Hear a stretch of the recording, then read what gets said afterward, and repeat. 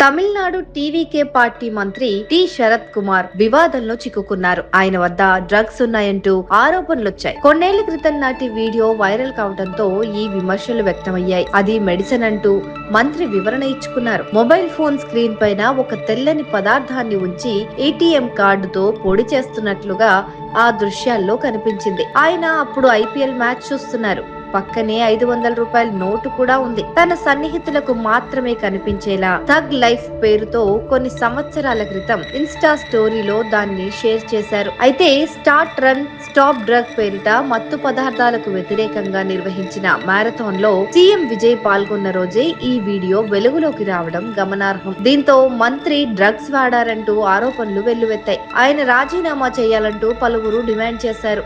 దీంతో శరత్ కుమార్ స్పందించారు. తన భార్య చిన్న కూతురుతో కలిసి ఉన్న ఒక వీడియోను షేర్ చేసి వివరణ ఇచ్చుకున్నారు. చెన్నైలోని చెపాక్ స్టేడియంలో 2 ఏళ్ల క్రితం ఐపీఎల్ మ్యాచ్ కు హాజరయ్యాను. నా కుటుంబం స్నేహితులతో కలిసి మ్యాచ్ కు వెళ్లాను. అప్పుడు నా కూతురు వయసు 1.5 ఏళ్ల. ఆ రోజు మా పాప కాస్త అనారోగ్యంగా ఉండటంతో లిక్విడ్ లో కలిపి ఇచ్చేందుకు టాబ్లెట్ ను పొడి చేశాను. డాక్టర్ సలహా మేరకే మేము అలా చేశాం. దురుద్దేశంతో అప్పటి వీడియోను వైరల్ చేస్తున్నారు అని క్లారిటీ ఇచ్చుకున్నారు.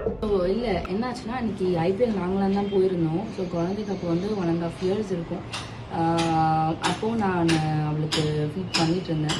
ஸோ அன்றைக்கி வந்து என்னாச்சுன்னா அவளுக்கு கொஞ்சம் முடியல. அதனால அது பிஃபோர் ஃபீடிங் இல்லை பிஃபோர் ஃபுட் வந்து அவளுக்கு அந்த டேப்லெட் வந்து க்ரஷ் பண்ணி கொடுக்க சொல்லியிருந்தார் டாக்டர்.